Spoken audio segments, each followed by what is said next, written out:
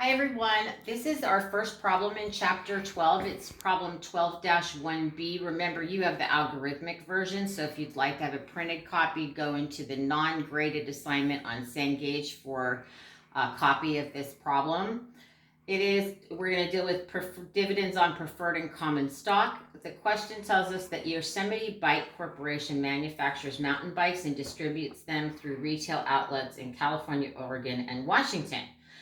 Yosemite Bike has declared the following annual dividends over a 6-year period ended December 31st of each year. I've got them listed here. So here we have all 6 of our years, and this is the total dividends that were distributed each year: 24,000, 10,000, 126,000, 100,000, 125,000, and 125,000. During the entire period, the outstanding stock of the company was composed of 25,000 shares of cumulative preferred 2% stock with a $90 par and 100,000 shares of $4 par. All right, so the first thing, when we're dealing with preferred stocks are typically only preferred when it comes to dividends. So you can see this, that's why they list, and they'll show you the par value for any kind of stock. But then what this 2% means here is that the dividends on each share of preferred stock will be 2% of that $90. So that's the first part. Then, so I'm going to say, I've got this here so you can, so for preferred stock, where you can see we've got the par value times the percentage will equal share per stock. I have dividends per share.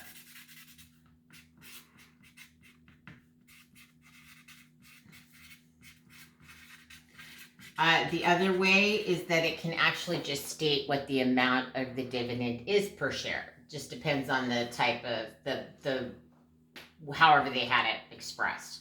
So, and additionally, it says that it's cumulative. And what cumulative means is that preferred stockholders need to be paid all of their current year dividends and any dividends that were not paid in the past before common stockholders get paid any dividends. So remember that a corporation cannot be required to give dividends, but in the event if they do and they have preferred shares of cumulative stock, you have to make sure that your preferred shareholders are brought all up to date before you give anything to the common stockholders. So the first part of the problem says determine the total dividends and the per share dividends declared on each class of stock for each of the 6 years. There were no dividends in arrears at the beginning of 2000Y1. Summarize the data in tabular form. This is what it looks like on your homework problem, and if required, round your answers to 2 decimal places. If the amount is 0, please enter 0. So the first thing that we're going to do is we're going to calculate out this preferred stock dividend per share, or total preferred stock dividend. First we'll calculate per share, and that equals the $90 par times 2%, or $1.80 per share. Okay, so that's per share. And then total annual preferred dividends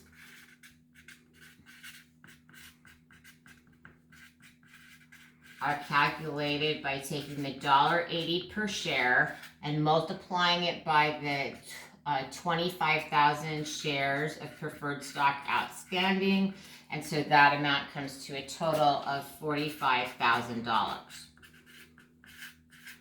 So this amount has to be paid every year, and if they don't pay off this full amount, they have to pay off that and the second year's amount going forward. So we'll see how this works right now. So in 20Y1, total dividends of $24,000 were distributed. We know that there were no dividends that were owed at the start of the year, and we also know that the preferred dividend should be a total of $45,000.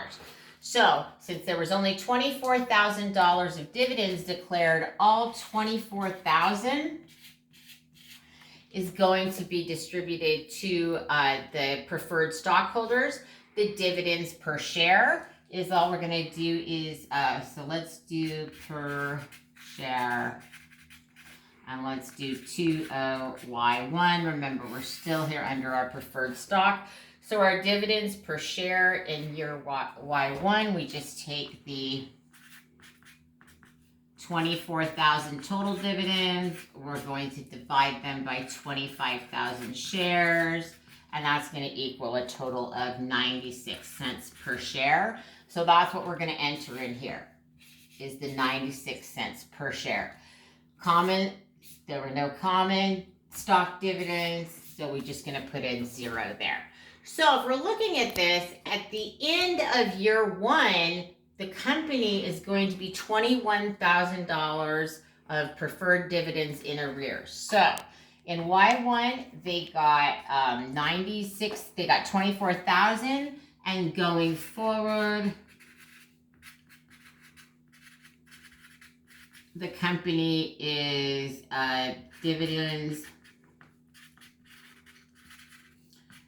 in arrears is going to equal 45,000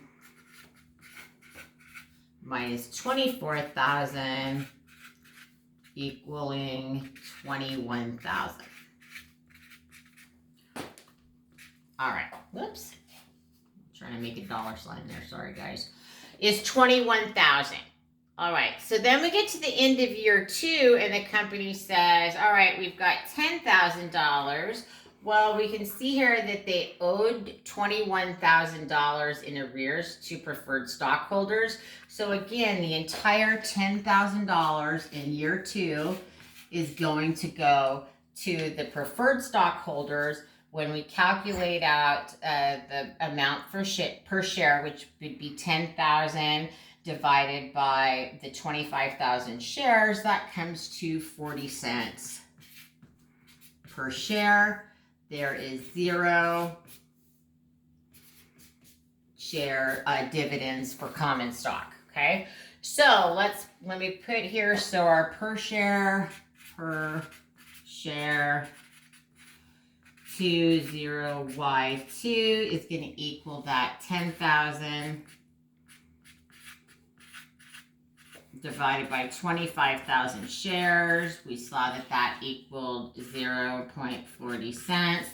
And going forward, dividends in arrears, we have the, there's 11,000 left from here, so we're going to go with the, let me do it this way, we're going to take that 21,000 minus 10,000 plus 45,000. So now we're going to be $56,000 in arrears when we get to declare dividends in year 3. All right. So in year 3, the company is going to declares, and they pay $126,000 in dividends. So let's look here. So if we're looking at total dividends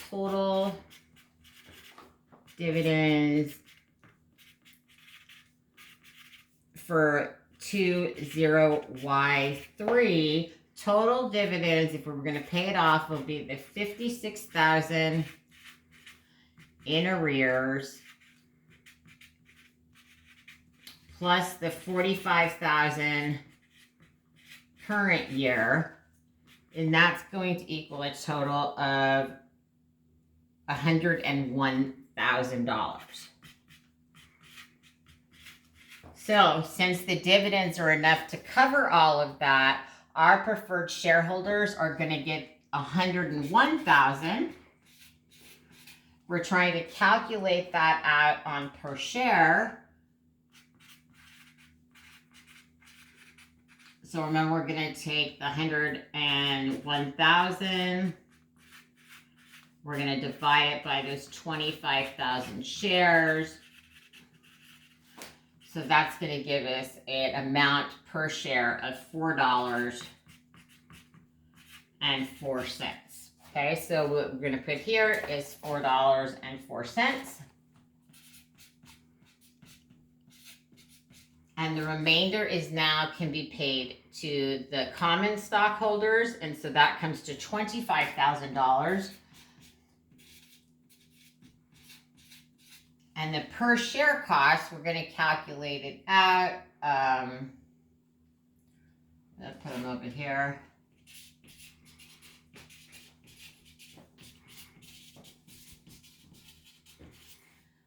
So again, that's 20Y3. We're going to calculate that out by taking the $25,000 they received, dividing it by the 100,000 shares. And so the price per share here is going to be 25 cents per share.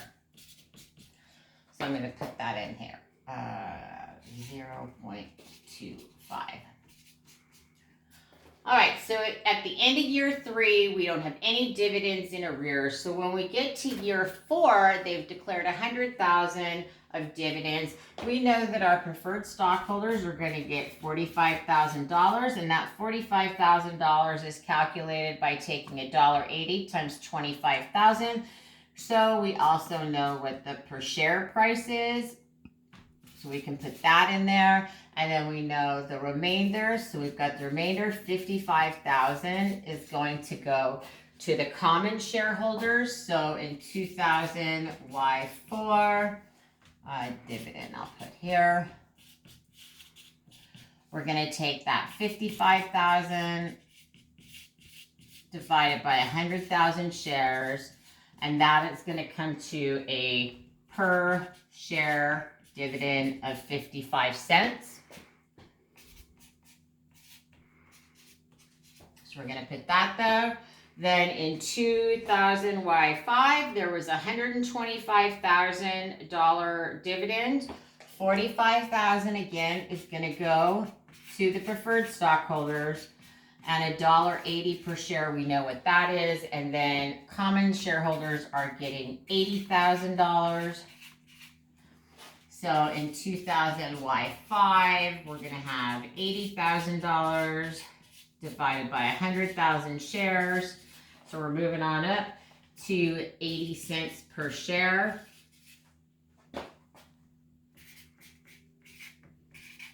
And then in year 6, it's the same scenario. So it's 45,000, $1.80 per share for the preferred stockholders. Common shareholders are going to get a total of $80,000 or 80 cents per share. So, and then, so I'm going to put for Y6, same as Y5. So here's one of the interesting things. So they call it preferred stock, right? And we can see, okay, preferred stock is going to get those dividends. If it had been non-cumulative, the preferred stockholders are supposed to get paid first in any given year, but they don't get dividends in arrears. But so for cumulative, it's preferred here. But cumulative stockholders don't have a vote to vote for the members of the board of directors, which common shareholders do. Common shareholders have a right to expect equal share of any liquidation that's going on. So common stockholders really have the better picture. And as you can see, in years where there's increased amounts of dividends, preferred stockholders only get the amount that their preferred stock says it is. So there's no additional benefit there. So sometimes if, dividends aren't being paid out, preferred stock is great, but common stock in the end has more power. And so for that reason, preferred stock is used a lot of times as a way to raise money rather than issuing a bond. So as we move on the problem, it wants us to count up, there's a total column here. Sorry, I should put total. So they want us to add up the total per share on the stock over the 6 years. So we've got $10.80. And we're going to add it up over here and $2.40. So that's the end of number 2. And then finally what they ask in number 2, they say determine the annual dividend per share, the average annual dividend per share for each class of stock for the 6-year period. Round your answers to decimal places. So I'm gonna put that off. For number 2, they want us to calculate out the annual dividend per share. So for the common stock, for the preferred stock, I'm going to take our total per share for the year, 1080. Total of dividends per share. Okay, I'm going to divide it by the 6 years.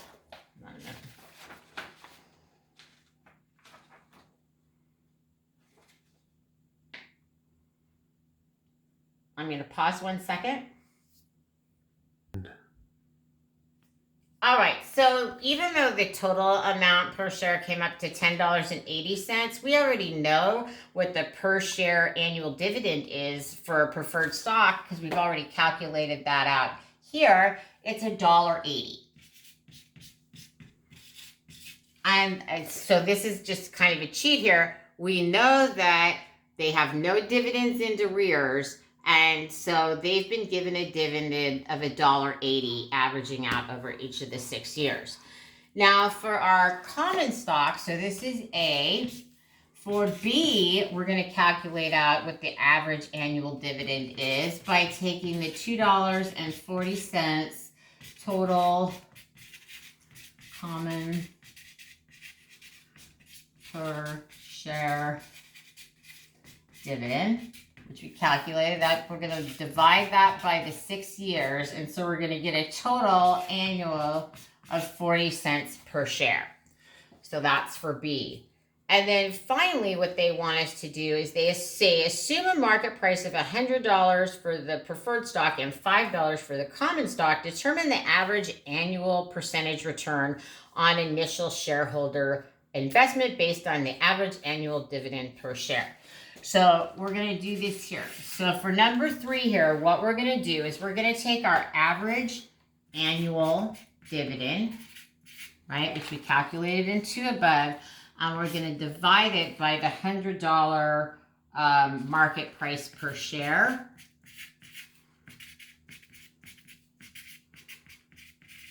Okay, and so that's going to give us an average annual return of 1.8% on our investment. So this is a return on our investment. So I'm going to put that here, return on investment.